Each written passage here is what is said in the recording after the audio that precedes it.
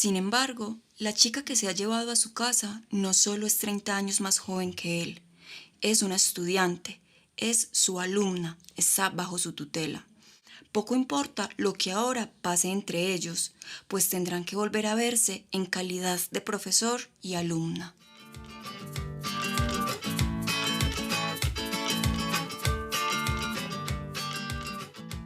Un micrófono propio. En este podcast tocamos temas que pretenden afectar la sensibilidad de muchas personas. Hola, mi nombre es Sara. Y el mío es Daniela. Somos las voces que te acompañarán en un micrófono propio. La cita que escuchaste al comienzo y que inaugura este episodio pertenece al libro Desgracia del autor sudafricano Coetzee. La novela cuenta la historia de David Lurie, un profesor universitario que se involucra con una de sus estudiantes, o más bien que involucra a una de sus estudiantes, Melanie Sachs, en una relación. En este episodio nos vamos a servir concretamente de la trama de ese libro para hablar de acoso sexual y hostigamiento en las universidades que se da entre docente y estudiante y que hemos encontrado muy naturalizado. Es que de este tema se habla muy poco para lo cotidiano que suele ser. Todos hemos escuchado los chismes de pasillo de que tal profesor sale cada semestre con una estudiante diferente, o tenemos alguna amiga a la cual un profesor se le insinuó. En estos días, por ejemplo, estaba yo por el oscuro mundo de Twitter y me encontré con un tweet de Sarita Palacio, donde contaba la historia de cómo un profesor, sin que ella siquiera le pidiera el favor de que le subiera una nota, sino que él, muy a su manera, le dijo que para subirle la nota ella tenía que subirle 5 centímetros a la falda. Él, como si la situación ya no fuera lo suficiente inquietante, entre a las respuestas había un montón de comentarios que aprovechaban la situación como para echarle los perros a Sarita. Entonces había un hombre que le decía, por ejemplo, que no podía negar que el profesor tenía un buen gusto. Sí, no, es que todos hemos escuchado de una u otra forma, o hasta vivido historias como esta, en las que son el acoso y el hostigamiento sexual los elementos en común. ¿En qué consiste el acoso sexual y el hostigamiento sexual? ¿Cómo identificarlo y cuáles son sus diferencias? Bueno, resulta que ambas son una forma de violencia que se caracteriza por vulnerar el espacio personal de las víctimas, ya sea por medio del acecho, la persecución y el abuso de poder. Las personas acosadoras suelen manifestarse a través de múltiples conductas y prácticas de tipo visual, verbal, gestual y físico con fines sexuales. El hostigamiento sexual, por su parte, es acoso sexual en relaciones verticales de opresión y subordinación, en espacios laborales o académicos y en ámbitos universitarios. Tanto el hostigamiento como el acoso sexual se presentan como exhibiciones de las potencias intelectual y sexual. Para este primer episodio y para conversar del tema que nos convoca, nos acompañan dos integrantes de este proyecto: Erika, docente de sistemas, ingeniera agroindustrial y estudiante de filología hispánica de la Universidad de Antioquia. Hola, mucho gusto. Y Alejandra, licenciada y magíster en literatura. Hola, es muy importante hablar de estos temas. Todas acá ya leímos pues a Coetzee, leímos Desgracia, pero es muy probable que quienes nos están escuchando no lo hayan leído, o quizás sí, pero para refrescar un poco también, entonces comencemos hablando de los personajes de la novela, principalmente de Melanie, la estudiante, y de David, el profesor. ¿Qué opiniones tienen al respecto? ¿Cómo los definirían? Cuéntenme. Bueno, esta novela está narrada desde la perspectiva del profesor. Él es el narrador. Su compañera es Melanie, que es una niña, abro comillas, una niña, piensa él, no es más que una niña, ¿qué estoy haciendo? Sin embargo, el corazón se le desboca por el embate del deseo.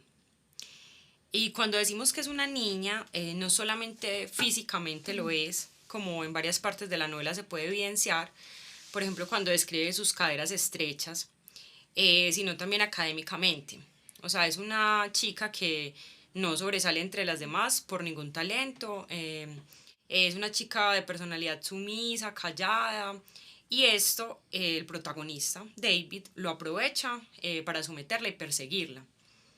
Él solo la considera como persona o como mujer por su belleza, y es esa misma característica la que permite que se cosifique a Melanie. la convierte en un objeto. Incluso sugiere que ella debería compartir su belleza como si perteneciera al erario público. Y esa parte donde él le dice como que su belleza no le pertenece, parece muy impactante, ¿no? Porque es decir, como las mujeres bonitas tienen que dar pie a abusos y de ahí para arriba por el solo hecho de ser bonitas.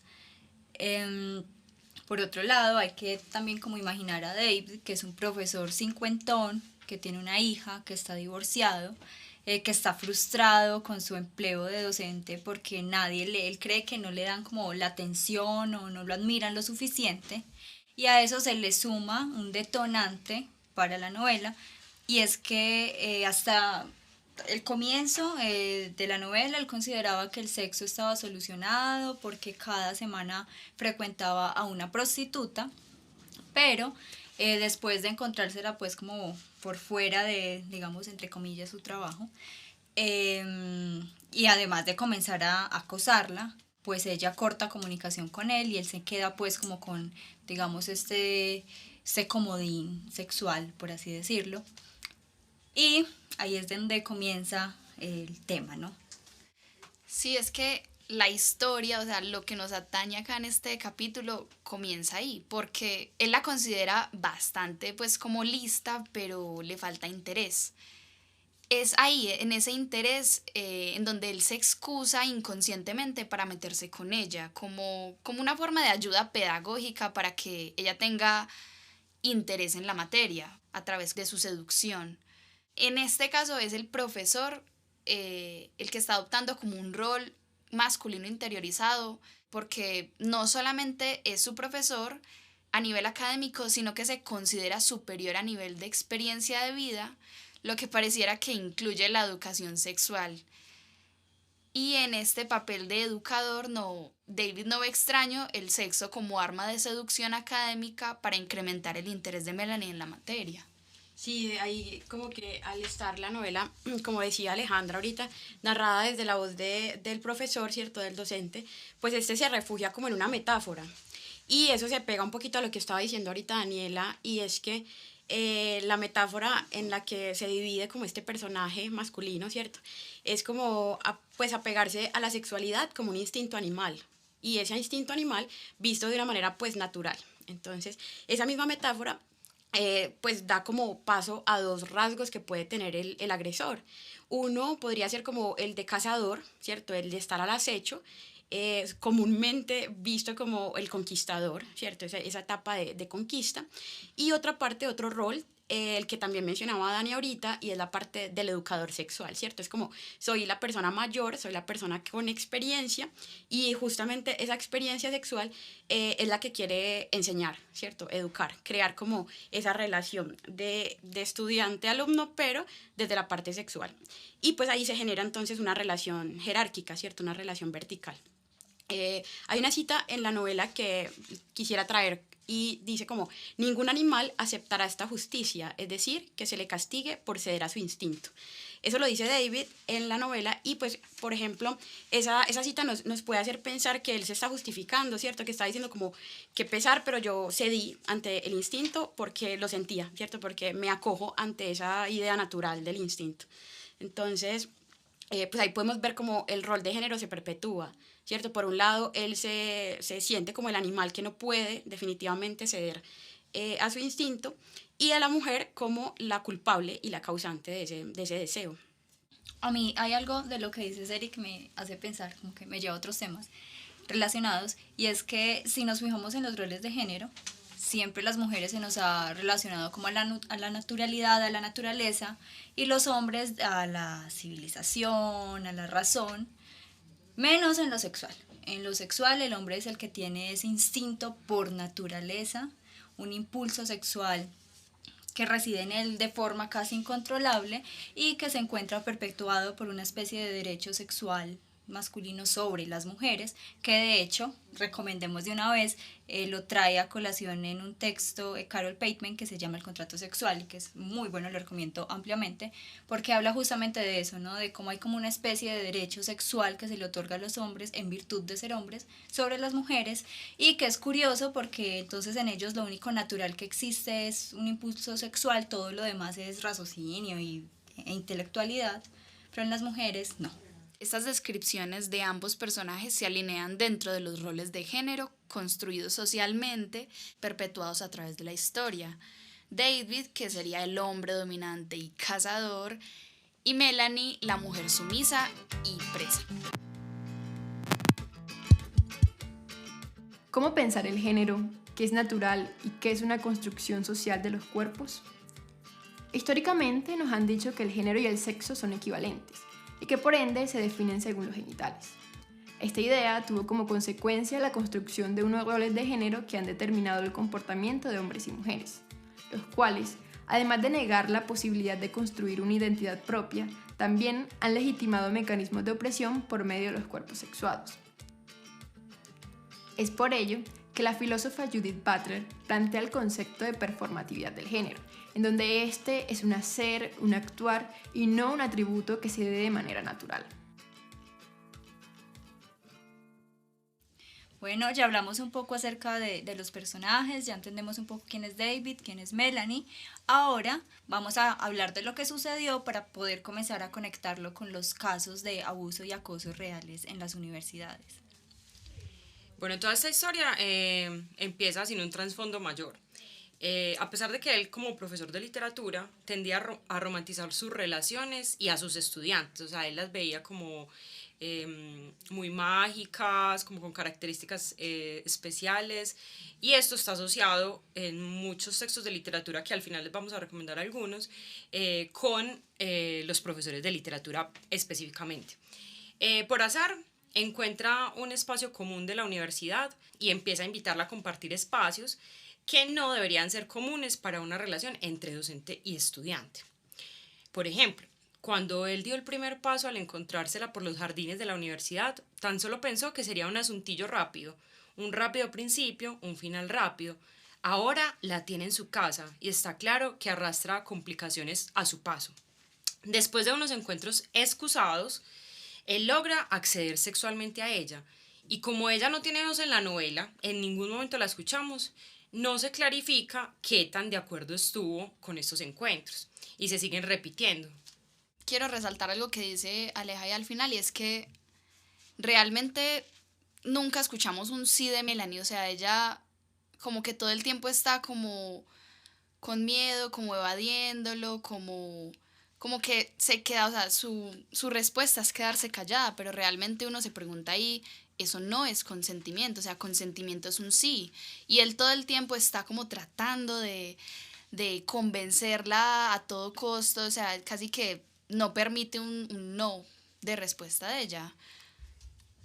Sí, definitivamente lo que menciona Dani y Aleja es muy cierto. Hay algo muy complejo en esto porque dentro de la novela definitivamente no hay voz de Melanie. El narrador nunca le otorga la voz, nunca conocemos la perspectiva de ella, más allá de las descripciones que hace David del momento en el que ocurre el acto. Entonces es bien difícil nosotros, por ejemplo, situar que si fue o no fue un acoso, ¿cierto? Pero por medio de las descripciones y de las reflexiones que hace el mismo personaje, sí podríamos llegar a pensar esto. Otra cosa es que la voz de Melanie siempre está mediada por un hombre. Otros personajes como su padre Isaac o su novio o compañero o amigo, no se da a entender bien cuál es la relación entre ellos dos, pero quien es el encargado de poner en alerta a David sobre el conocimiento de la situación. Entonces es como quien interviene para poder denunciar el elemento. Por ejemplo, por igual podría leerse, hay unas líneas donde el personaje como que definitivamente nos da a nosotros una forma de lo que él piensa sobre lo que realizó y lo cataloga evidentemente como un error. Dice, un error, un tremendo error. En ese instante, y no tiene ninguna duda, ella, Melanie, está tratando de limpiarse de lo ocurrido, limpiarse de él.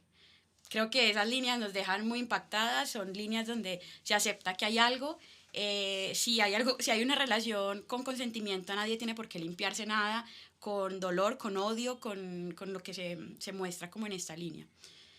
Hay otra parte donde, en otra novela, que de pronto también recomendamos más tarde, es La buena esposa.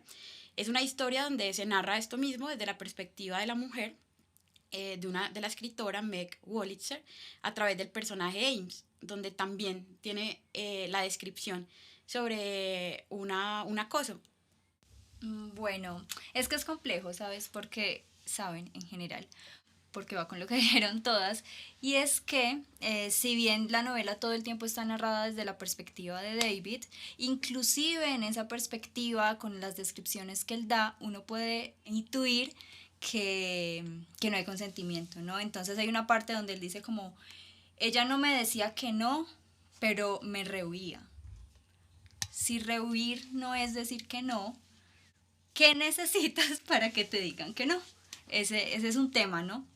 Pero además, recuerdo cuando tenía una conversación con una de sus colegas, David, y le preguntaba si ella tenía en mente prohibir todo trato íntimo entre personas de distintas generaciones, y lo que él le respondía es que, lo que ella le respondía, perdón, es que no, pero traía a colación algo fundamental que no podemos perder de vista en ningún momento en este tema, y es la relación de poder que existe entre un docente y un estudiante, Entonces lo que ella le decía es que en calidad de profesores ocupan una posición de poder, y que por eso, aunque no se trate quizás de una prohibición total, sí hay que tener una cautela extrema y tratar de no caer en esa tentación de mezclar toda relación de poder con una relación sexual. Entonces no sé qué piensan ustedes al respecto, pero para mí eso es fundamental, entender que cuando no se está en una posición horizontal existe un poder que así no se use, está ahí, y que en caso de que se use tiende una violencia de género en este caso.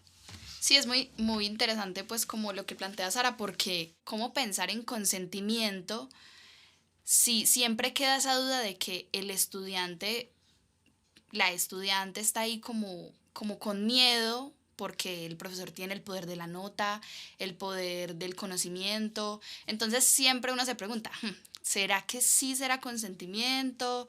Es muy problemático ese asunto. Sí, definitivamente lo que dice Dani me lleva también a pensar y acordarme de una cita del segundo capítulo de La Buena Esposa, que dice, me persiguió y yo respondí, igual que hacían otras muchas alumnas con sus profesores en todo el país, involucrados en tórridas parejitas que resultaban placenteras, indignantes y brutalmente desequilibradas.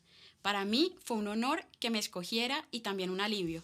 Creo que esa cita a mí me hace pensar, por ejemplo, esas palabras de sentirse pues como agradecido porque el profesor lo escoge, la escoge, ¿cierto? Y le está dando como ese beneficio de, eres tú entre todas las que me pudieran haber gustado, yo te escogí a ti. Entonces, cómo se vuelve difusa esa conquista, ese momento de escoger a la estudiante y de caer de pronto, obviamente, en un desequilibrio y en un acoso o en un abuso.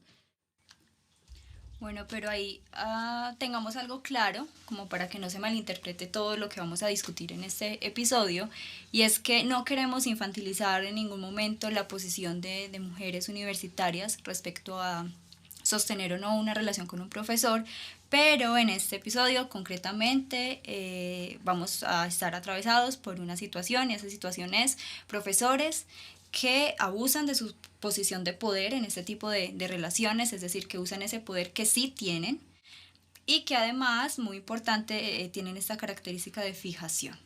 No es algo que pase una vez, se enamoraron, se casaron y tuvieron hijos, no, sino que cada semestre, como ya lo hablábamos, vuelven una estudiante diferente, una estudiante diferente.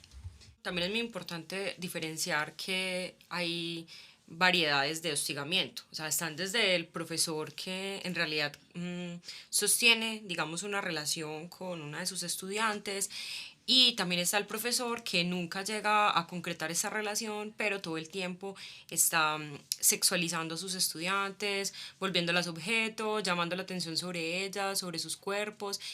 Yo pienso este caso, o sea, la mayoría de veces el profesor es el que suele dar esa materia y es el único que da esa materia. Entonces, está siempre ese miedo de rechazar pues como al profesor, porque claro, siempre está ahí la nota de por medio, y si es el único que da la materia, entonces, ¿qué voy a hacer para pasar mi carrera si no puedo completar esa materia? Entonces siempre está ahí como en duda, aunque no se puede infantilizar, sí hay que tener muy en cuenta que en esas relaciones hay desequilibrio. Es cierto, o sea, en ningún momento podemos caer nuevamente en infantilizar la decisión de las mujeres, pero hay que tener muy presente que esa es una excepción, no es la regla.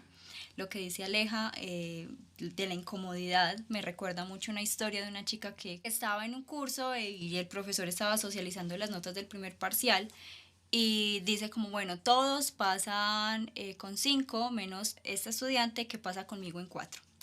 Entonces, claro, obviamente no se refería a una nota y le quedaba todo el semestre por delante, era el primer parcial. Este tipo de situaciones incómodas están muy normalizadas, como es posible que ese tipo de comentarios se permitan en un curso, y además, claro, no la tocó, no pasó a nada más, pero ese tipo de hostigamiento es también muy delicado y entorpece nuestro proceso como estudiantes. Y siguen siendo violencias, o sea, la violencia de género es, pues, y el acoso es no solamente físico, hay que tener eso muy en cuenta, sino que también es gestual, es verbal, hay muchos tipos de acoso y no hay que minimizarlos.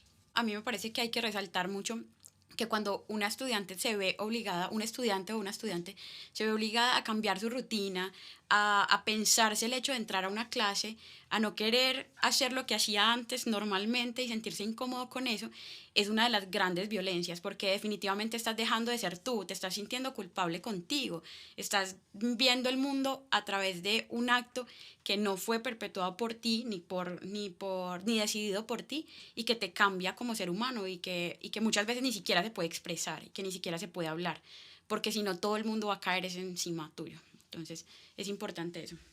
Y todo eso, todas esas cosas que hemos dicho muestran las cosas que generan desventaja para que se dé un entorno propicio para la violencia de género. ¿Existen violencias basadas en el género? Sí. De hecho, este tipo de violencia es muy común. Se presenta como una serie de actos dañinos en contra de una persona en razón de su género y que atenta contra su integridad, dignidad y libertad de forma física, sexual o psicológica. En muchas ocasiones, esta violencia permanece invisible debido a que se ve eclipsada por violencias como el feminicidio y la violencia sexual. Ahora, es importante no olvidarnos que cada una de estas manifestaciones despliega sus propias singularidades en función de los contextos, los actores y las relaciones de poder que las constituyen, y sobre todo que las diferentes formas de acoso, naturalizadas y entendidas como menores, también son expresiones de violencia. Bueno, ahora hablemos de qué es lo que sucede cuando la universidad se entera de lo ocurrido entre Melanie y David. Yo creo que eso es una de las cosas que más nos interesa porque en realidad tiene mucho que ver con todas estas formas burocráticas que tienen las universidades para responder a los casos de abuso y de acoso y demás. Y es que cuando la institución se entera de lo sucedido, se realiza una especie de consejo, por denominarlo de alguna forma, donde la mayoría de los personajes allí presentes tratan de proteger a diestra y siniestra al docente y brindarle alternativas para evitar de cualquier forma como sea posible su despido. Entonces son muy insistentes en que pida disculpas públicas, que haga esto, que haga lo otro, pero en ningún momento en realidad se le está cuestionando por lo que hizo, sino que se trata de darle alternativas para que no tenga que irse de la institución. Sin embargo, David no accede a pedir disculpas públicas. Yo creo que él está como muy amparado en la idea de que Melanie no fue la que impuso la denuncia, sino que está mediada por las figuras masculinas a su alrededor, que son su padre y su novio, asumimos que es su novio. Otra vez hay silencio en Melanie, no escuchamos su voz y en el caso de la denuncia tampoco. Lo más diciente también es que esta insistencia en proteger al docente también trata de proteger a la institución y finalmente pues está protegiendo un victimario y está minimizando el problema porque en realidad todo el tiempo se habla en clave como de que el problema principal es que la gente se enteró, no lo que él hizo, sino que se haya convertido en un escándalo. Pongámonos a pensar en dónde sucede todo esto, porque eso pues afecta la forma en la que se trata. Porque, a ver, pensemos la universidad como institución. ¿Qué representa? Socialmente, la universidad es vista como un espacio en donde se encuentra todo el conocimiento más elevado, en donde el conocimiento es igual a tener superioridad moral, por lo que hay una idealización no solo de la institución, sino de los miembros que la imparten, como son los profesores y directivos. Bueno, con respecto a lo que hablas, Dani, sobre la idealización de la universidad, las universidades, todos sabemos que siempre se han visto como lugares de orden superior. ¿Por qué? Porque en ellas encontramos a los intelectuales y los formadores. Y al mismo tiempo se ve como un espacio de interacción entre personas que ya se encuentran en su mayoría de edad o muy cercana a cumplirlo.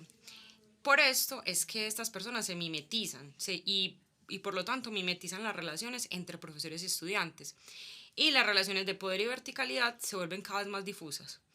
Según un estudio realizado en la Universidad Nacional de Colombia, el 54% de las chicas encuestadas fue víctima de alguna violencia sexual dentro de la universidad o en algunas de las actividades relacionadas con la universidad. O sea, no necesariamente tiene que ser en el campus, también puede producirse en actividades relacionadas con el proceso universitario. ¿Cuáles son este tipo de actividades? Podemos hablar desde piropos o comentarios sexuales, como los profes que dicen por qué hoy viniste vestida de determinada manera, por qué tienes este vestido, hasta mensajes inapropiados con contenido sexual, manoseo de nalgas, otras partes del cuerpo, llamadas y correos con intenciones sexuales y los casos abundantes de profesores que hacen las llamadas entre comillas encerronas para lograr algo con las estudiantes por fuera de la institución. Y es que pues dimensionemos este estudio que trae a colación Aleja, que es hecho por Rosso y Torres del 2016. Ese 54% del que está hablando Aleja es de 1.602 estudiantes encuestadas. Es mucha cantidad de estudiantes que realmente ha sufrido algún tipo de acoso sexual. Es muy grande.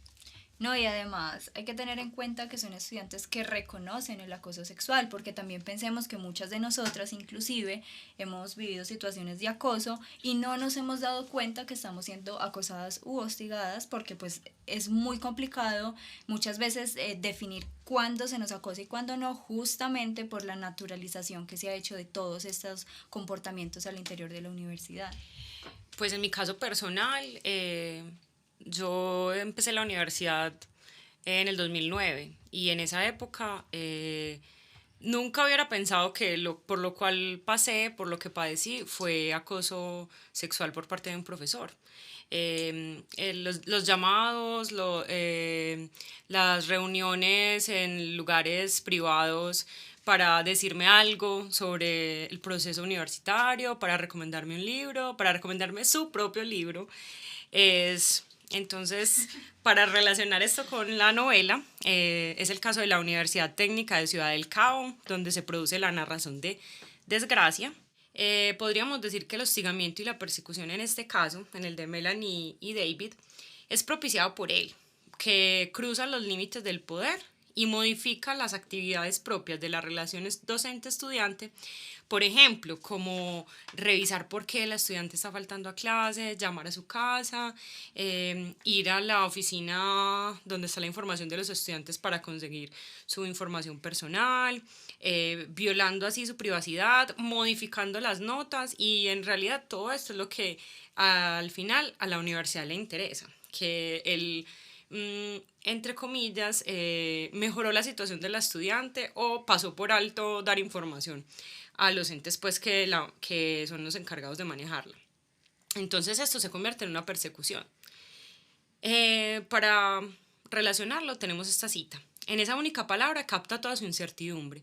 Es demasiado joven, no sabrá cómo tratar con él. Definitivamente debería dejarla en paz, pero está poseído por algo. Entonces observamos ahí una posición de poder, no solo con respecto a esa relación, que ya lo hemos dicho varias veces, profesor-estudiante, sino también en la herencia del género de hombre a mujer y por supuesto con respecto a la edad. Pues recordemos que Melanie es una niña, mental y físicamente, es ingenua y no tiene voz, como ya lo hemos dicho todas. Las instituciones, hay un término de los artículos que consultamos y que leímos para este episodio que me llamó muchísimo la atención y se denomina como el derecho a no saber. Las universidades, las instituciones y los miembros de la institución se amparan sobre ese derecho a no saber, un derecho como de ignorar lo acontecido, ¿cierto? Porque esto le pasa a las mujeres y al ser problema de las mujeres, pues no es problema de ellos, no les toca el asunto, no les llega directamente y se convierten sin quererlo en cómplices de una práctica cultural agresora contra la mujer, tanto estudiante como administrativa o hay igualmente docente. Entonces, pues solo queda ver como la actitud agresiva que toman muchos docentes o personas administrativas u hombres cuando se les está contando un acontecimiento de este tipo, siempre suenan como a la defensiva, ¿cierto? El hecho de mencionarlo, a ellos simplemente los impacta, los choca y es como que no quisieran mencionar, ¿cierto? El acoso no se puede mencionar, el abuso no. Y creo que Sara mencionaba eso, es como cómo creemos que el mencionar un acto es más horroroso que el acto mismo, como solamente decirlo convierte en que la persona que lo está diciendo y el círculo donde lo está expresando, pues la aísle completamente a esa persona. No, y además hay otra situación, y es que no solo se idealiza como el espacio de la universidad, sino que también se tiene una idealización total del conocimiento, pues como teórico e intelectual. Entonces cuando un profesor es un abusador, sí, pero también es un tipo pues muy teso y un investigador y postdoctorado no sé en dónde. Entonces, en ese caso, se justifica su presencia en los espacios académicos porque tienen esta cantidad de saber. Pero eso es muy problemático porque entonces no hace ya solo incómodo, sino también peligroso los espacios académicos para las estudiantes, los estudiantes si es el caso. Claro, como hablábamos muchas veces en el semillero, la universidad es una institución que ha sido fundada por y para hombres y eso sale a relucir en estas situaciones, ¿no? Que las mujeres no nos encontremos cómodas al interior de ella no es algo que se cuestiona ni algo que sea preocupante, sino que es asumido con naturalidad y muchas veces justificado. O sea, todos estos actos como reacción a la universidad, que lo hemos dicho, se puede ver como una complicidad. Es que definitivamente ahí vemos que nombrar un acto es hacer que exista, es voltearlo a mirar. Si nosotros nombramos algo es porque existe, ¿cierto? Y empezamos al nombrarlo con esa desnaturalización. O sea, pensar en que algo está pasando y mencionarlo nos hará, o por ejemplo, le permitirá a otras compañeras, a otras alumnas de la institución identificar sus mismas agresiones, saber que han hecho parte de acoso, saber que han padecido el acoso y que no lo habían visto porque nadie nunca lo había nombrado. Es evidente en la novela, tanto como en la vida real, cómo las opiniones se dividen. Entonces están los personajes masculinos y los personajes femeninos. Los personajes masculinos que le dan recomendaciones, o sea, claro, basados en su experiencia previa. Entonces contrata a una abogada mujer, pide perdón, pide disculpas, di que no va a volver a suceder, comprométete.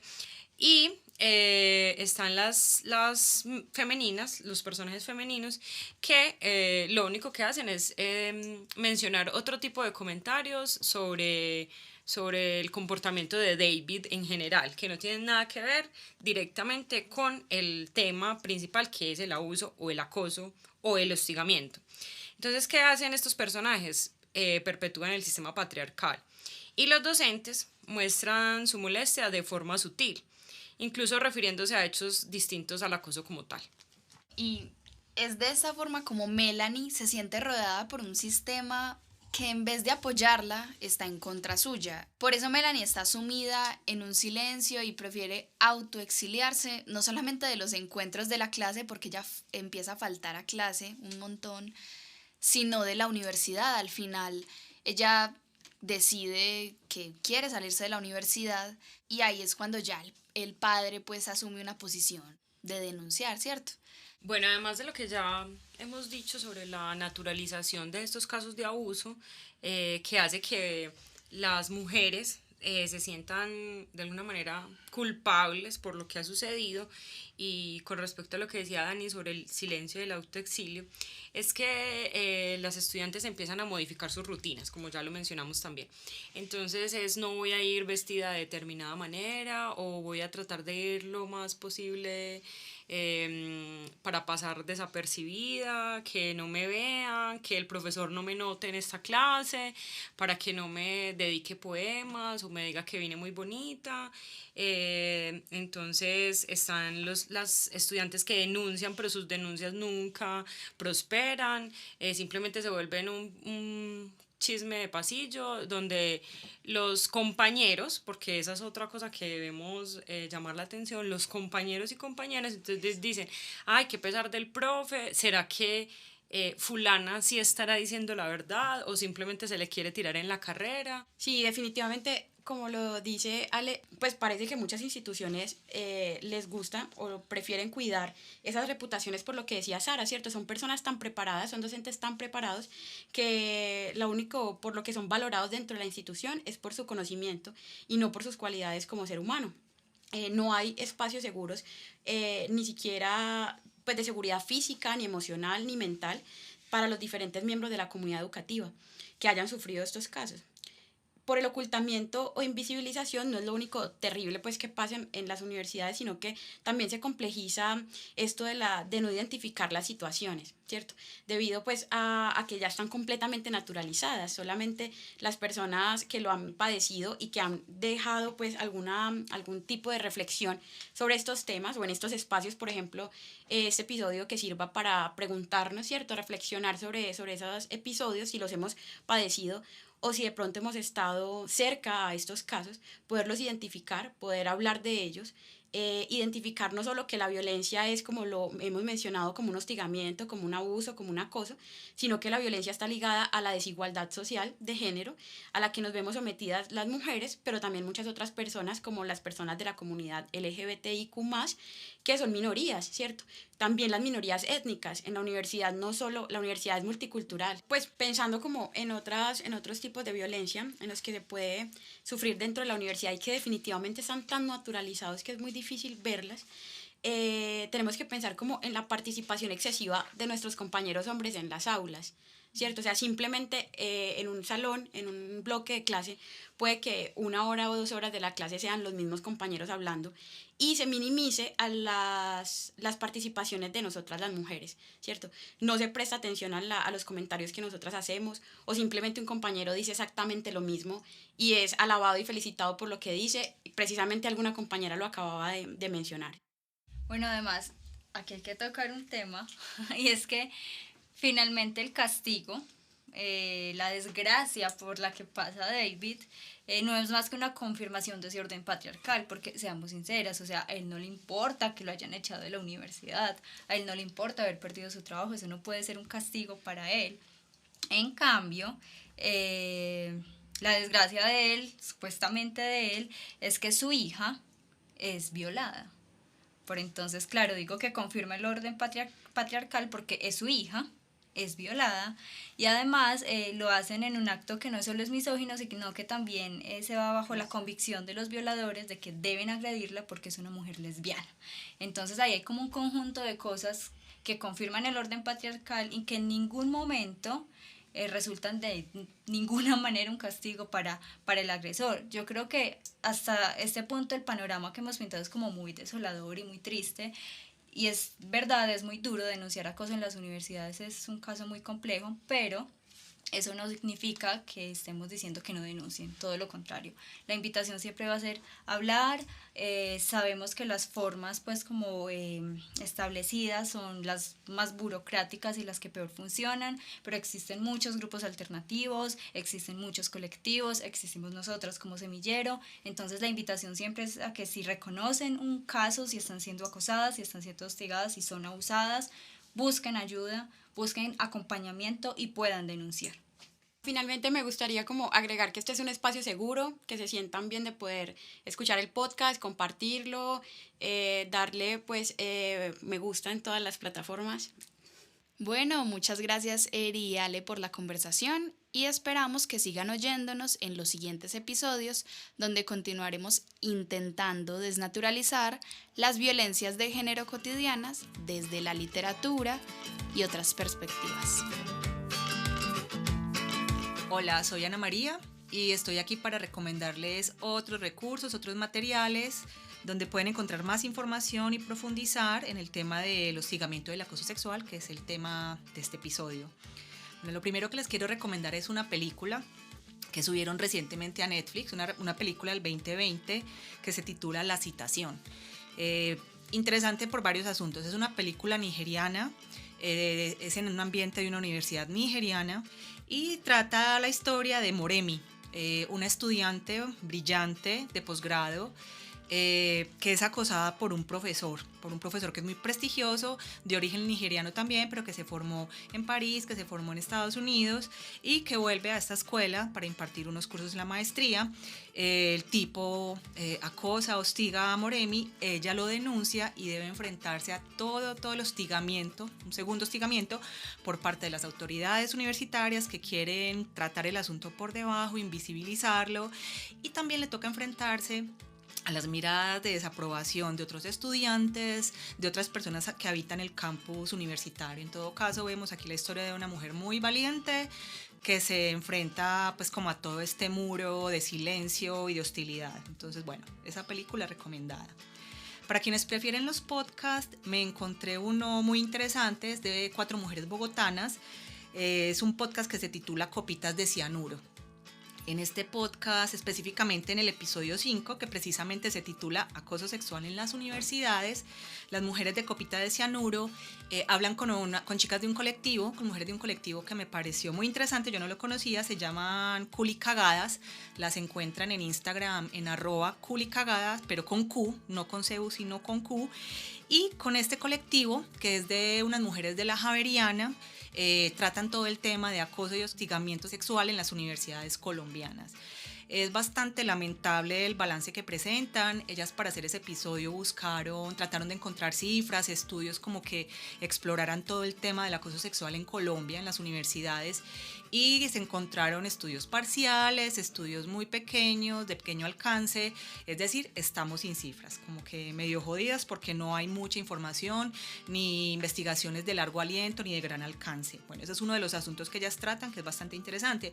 Y también sacan a relucir varias situaciones, varios episodios que creo que son de conocimiento de muchas personas, como el asunto de la Universidad Nacional, como el asunto de la profesora de la Universidad del Tolima, que primero empezó denunciando el acoso sexual en la universidad, pero terminó siendo despedida por haberse puesto pues como por haberse echado al hombro todo el tema de la denuncia.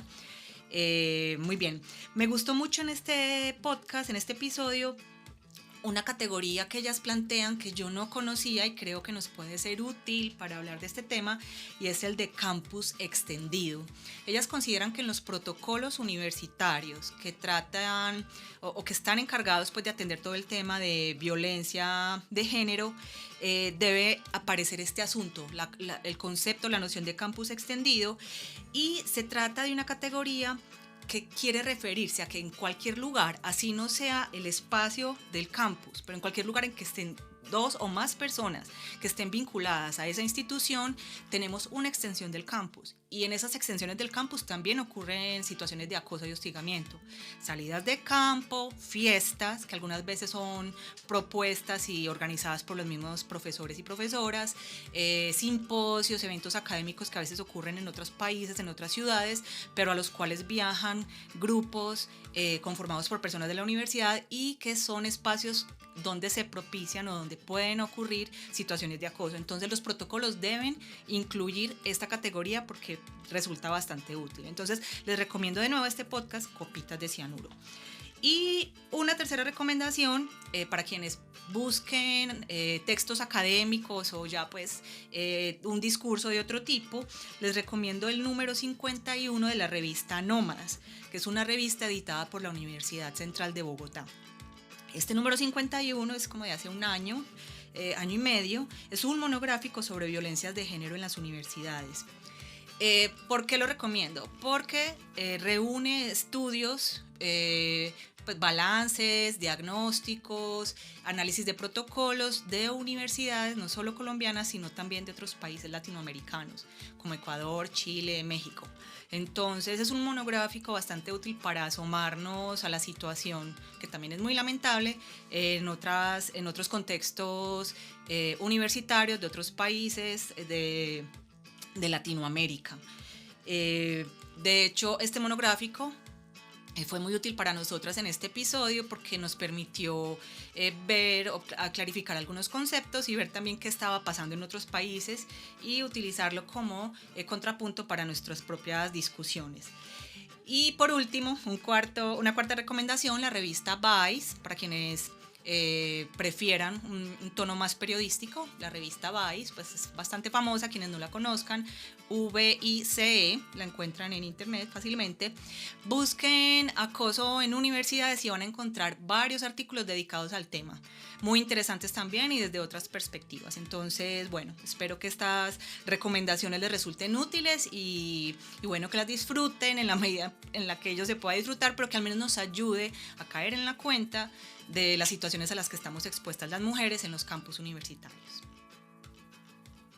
Esta iniciativa hace parte del proyecto Promotores de Bienestar de la Universidad de Antioquia. Es producido por la línea Mujeres y Literatura del Semillero de Investigación en Literatura. La musicalización y edición a cargo de Sebastián Franco, Emi Puntillo, y la identidad visual a cargo de Fade Lazo. Si has experimentado violencia sexual o de género en la UDA, dirígete al bloque 22, oficina 402. Allí te atenderán profesionales del Departamento de Promoción de la Salud y Prevención de la Enfermedad. También puedes acercarte a la Coordinación de Bienestar de tu unidad académica. Otras opciones son la Línea Nacional de Orientación a Mujeres 155, la Línea 123, Módulo Mujer, el Centro de Atención a Víctimas de la Fiscalía, contacto 444-6677, extensión 3151 para niñas y adolescentes. En hospitales e IPS atienden la emergencia y aseguran las muestras, realizan exámenes de laboratorio, garantizan anticoncepción de emergencia y aseguran tratamiento para ITS y VIH-Sida. En caso de menores de edad, se debe dar aviso a ICBF o a la Fiscalía.